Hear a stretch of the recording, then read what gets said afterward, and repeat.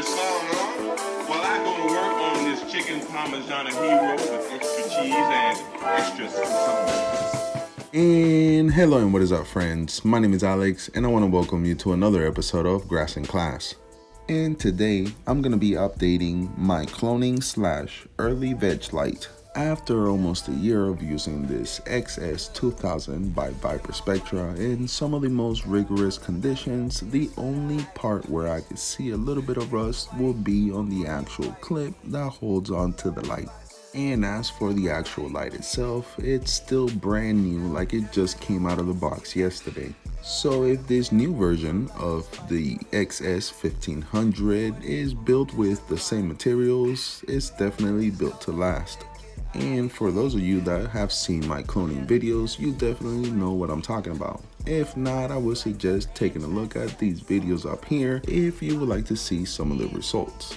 But alright friends, at first glance, we can see that the XS1500 has definitely came a long way from the last version that ViparSpectra made.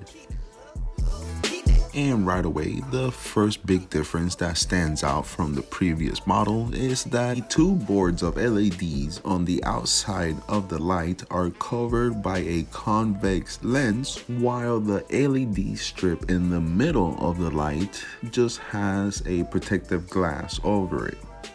And now let's talk about some of the pros and cons of having this kind of glass protecting your LEDs or the convex lens over the LED chips.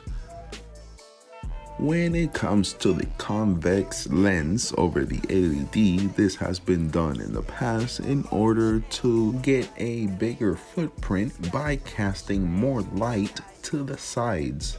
However, in the other hand, the one downside that you do have, same as having a protective glass over your LED, is that over time you will have to change those.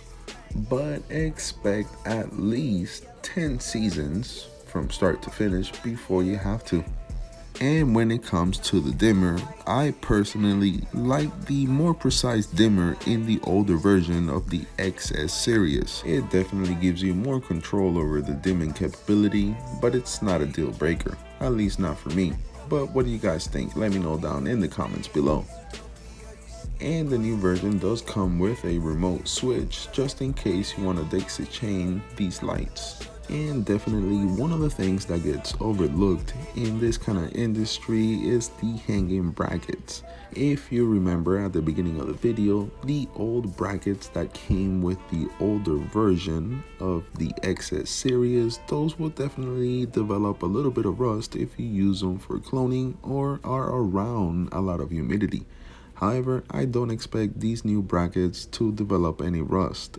However, as I use this light more and more, I will be keeping a closer eyes on the screws holding the lenses and the glass.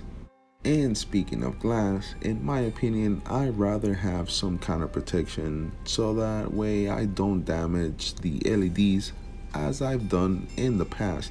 It really doesn't take much pressure to knock one of those diodes off the board. And now that the cloning machine is ready, I can go ahead and take some clones and put them in here. And since I'm going to be taking some clones and putting them in rock wool, really use up the space in this tent where I would need it to use two lights, I can now just use the new XS1500. Being that it gives more light off to the sides, I could easily get clones to grow adequately with just this 150 watt light.